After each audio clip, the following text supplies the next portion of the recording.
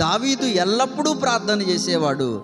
నేటి క్రైస్తవులలో కొందరు అప్పుడప్పుడు ప్రార్థన చేస్తూ ఉంటారు. ఎప్పుడెప్పుడు?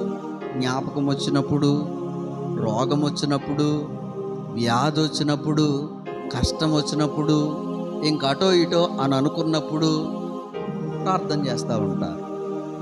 అప్పుడప్పుడు జ్ఞాపకం వచ్చినప్పుడు, మందిరానికి వచ్చినప్పుడు, ఎక్కడైనా సభలో కూర్చున్నప్పుడు, లేకపోతే ఎవరైనా ప్రార్థన చేసేటప్పుడు వాళ్ళతో పాటు ఏకీభవించటము, ఇలాగున కొంతమంది అప్పుడప్పుడు చేసేవాళ్ళు ఉంటారు.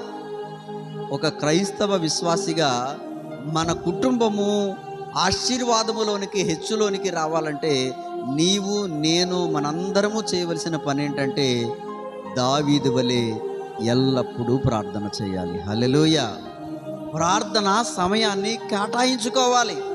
రోజులో ఇంత సమయం, రోజులో ఈ సమయములో, ఉదయమో, మధ్యాహ్నమో, సాయంత్రమో, మనకున్నటువంటి పనిని బట్టి, మనం చేసే ఉద్యోగాన్ని బట్టి, మనం చేస్తున్నటువంటి మన దినచర్యలో ఉన్నటువంటి పనులు ఏవైతే ఉన్నాయో వాటన్నిటిని బట్టి ప్రార్థించడానికి ఒక సమయాన్ని ప్రత్యేకపరచుకోవాలి. ఆ సమయంలో ఖచ్చితంగా ప్రార్థించేటువంటి విశ్వాసిగా మనం ఉండాలి. హల్లెలూయా.